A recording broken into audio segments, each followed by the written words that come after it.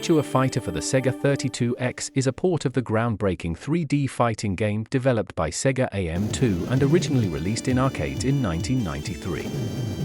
The 32X version was released in 1995, and while it wasn't as advanced as the arcade or Sega Saturn versions, it remains notable as one of the better ports available for the short-lived 32X add-on for the Sega Genesis and Mega Drive. Virtua Fighter was a revolutionary game when it debuted, being the first fighting game to feature fully 3D polygonal characters and arenas, as opposed to the 2D sprites used in previous fighting games like Street Fighter II or Mortal Kombat. The 32X port was developed to give players without access to a Sega Saturn the chance to experience Virtua Fighter at home. The 32X, though technically inferior to the Saturn and lacking the processing power of high-end arcade machines, was capable of handling basic 3D polygonal graphics.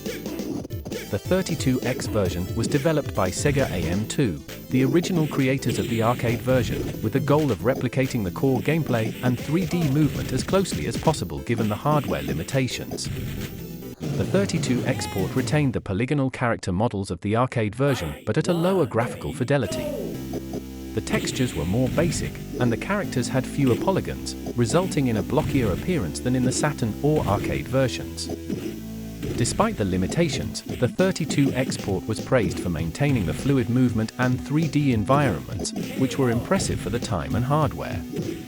The backgrounds in the 32X version were noticeably simpler, with static images replacing the detailed 3D environments found in the arcade, but this did not significantly detract from the core gameplay experience. Despite its technical achievements, Virtua Fighter on the 32X didn't sell particularly well due to the overall failure of the 32X platform itself.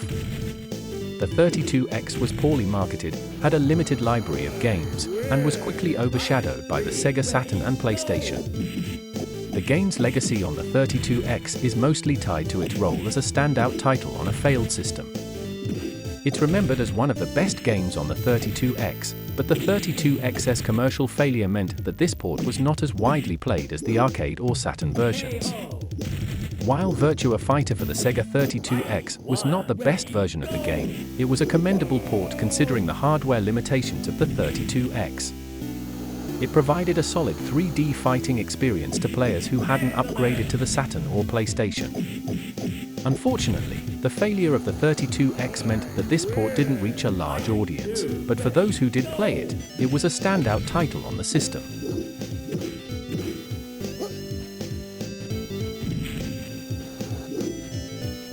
One of the more common issues in the 32X version was the presence of polygonal glitches, such as characters' body parts occasionally clipping through each other or the environment. During certain animations, particularly fast movements or attacks, some character models would exhibit jittering or polygonal tearing, where the 3D models would appear to break apart or become disjointed momentarily. The lower polygon count in the 32X version sometimes led to awkward-looking movements, especially during throws or complex attacks, making the animations look stiff compared to the arcade or Sega Saturn versions. Some players reported inconsistent hit detection, where attacks that seemed to land on opponents wouldn't register correctly. This could cause frustration during matches, especially when performing complex combos or special moves.